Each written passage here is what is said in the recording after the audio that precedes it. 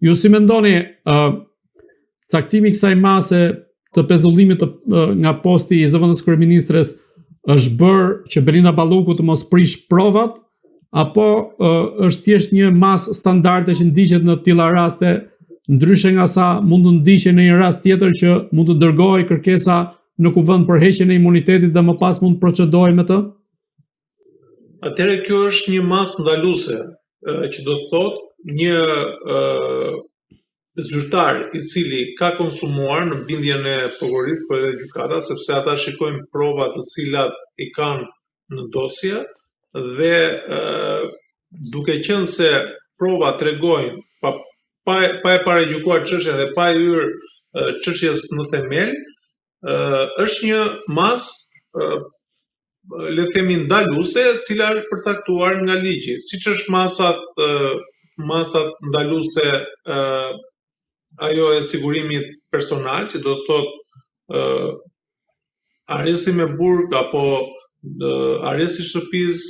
ndalimi për dalje jashtë shtetit, detyrim, pra masa për të paraqitur në policinë gjyqësore, pra janë një sër masash, kjo është plotësuese për sa i përket funksionit, që janë dy gjëra, janë krejt të pavarura nga njëra tjetra. Këto lloj masash janë vetëm për zyrtarët publik, sepse kjo masë mund të merret dot për një qytetar i cili është një punëmarrës, le të them, në një kompani private dhe nuk ka ndonjë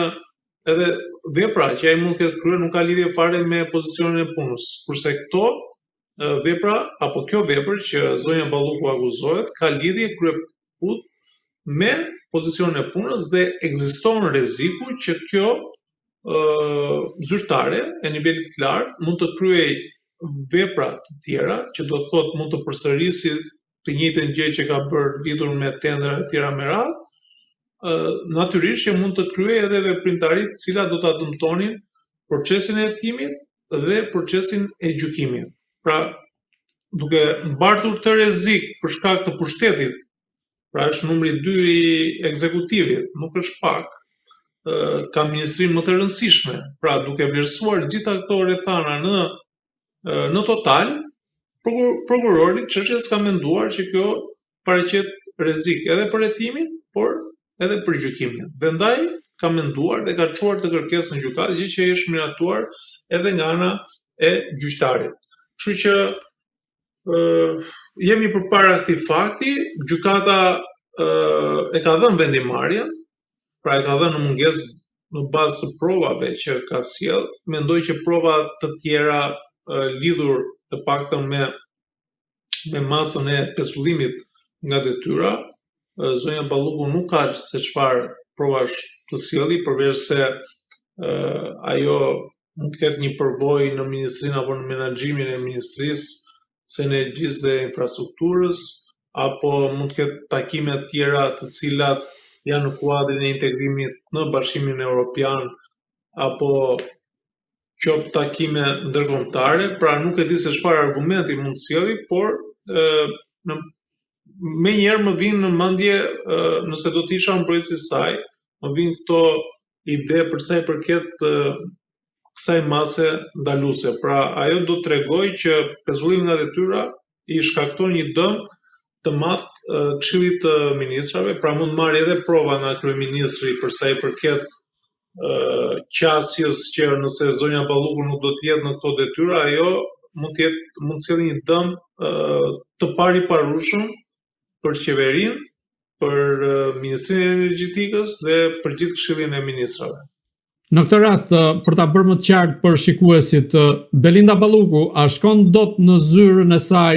me këtë vendim, dhe nëse nuk shkon dot, a ishte i palishëm fakti që zbarkoi në zyrën e kryeministrit Edi Rama? Në momentin që ajo ka shkuar në zyrë, ajo nuk ka shkuar në cilësinë e zëvendës kryeministres dhe ministres së energjetikës dhe infrastrukturës, sepse ajo mas bëhet ekzekutueshme, pra nga momenti që është marrë kjo vendimarrje dhe është komunikuar palës dhe kryeministrit, i cili ndaj të cilit ajo varet, pra së pari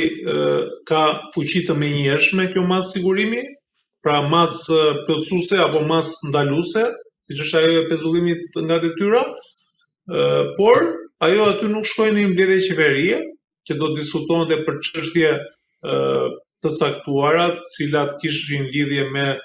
vendimarrjet e Këshillit të Ministrave, pra me VKM të cilat Këshilli i Ministrave ka të drejtë për të nxjerrë në kuadrin e të drejtave kushtetuese si këshill, ajo aty shkoi për një komunikim mes saj dhe zotit Rama. Kështu që nuk është ndonjë gjë, edhe pse kemi të bëjmë me një vendim gjyqësor që e pezullon nga detyra, nuk do të thotë që marrëdhënie private apo marrëdhënie shoqërore zonja Balluku nuk do të ketë. Pra, për sa i përket marrëdhënies, ajo mund të ketë edhe marrëdhënie pune në kuadrin e kryetarit të Partisë Socialiste dhe një deputete e cila është zgjedhur nga listat e Partisë Socialiste. Këshilli i Ministrave ka ndërmarrë një shkresë përmes së cilës kërkon shfuqizimin e vendimit të gjykatës së posaçme për pezullimin nga detyra e zëvendës kryeministres Belinda Balluku, derisa në këtë rast të shprehet kushtetuesja, pra që do të dërgojnë çështjen kushtetuese. A qëndron kjo shkresë apo është thjesht për konsum politik? Kjo është një shkresë e cila nuk ka asnjë bazë ligjore, pra unë them mendimin tim siç e mendoj unë, nuk është se këtë që them unë është absolute. Megjithatë ne do presim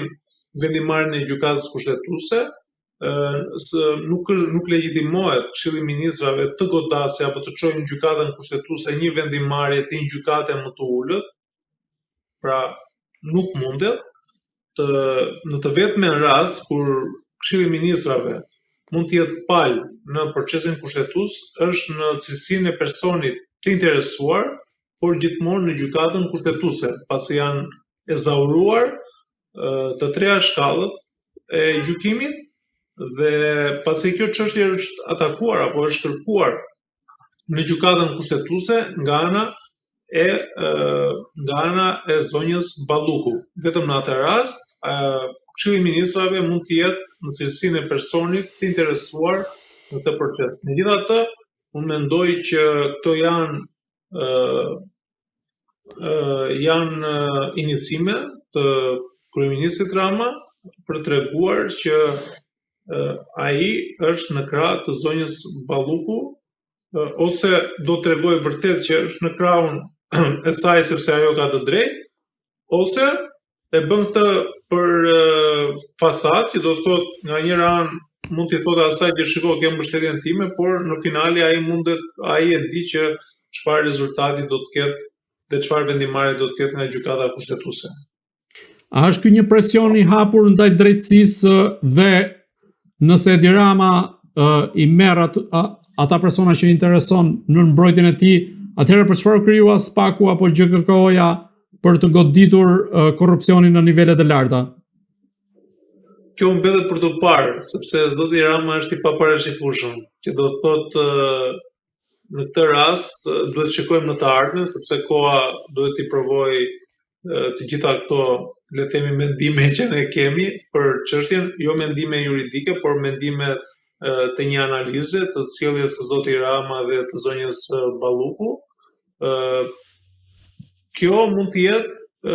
një formë presioni, por fakti që është krijuar SPAK-u dhe gjykata e posaçme nuk do të thotë që nuk do të ndalohen presionet apo sjelljet të cilat cënojnë ligjin dhe abuzimin e zyrtarëve ndaj ligjit.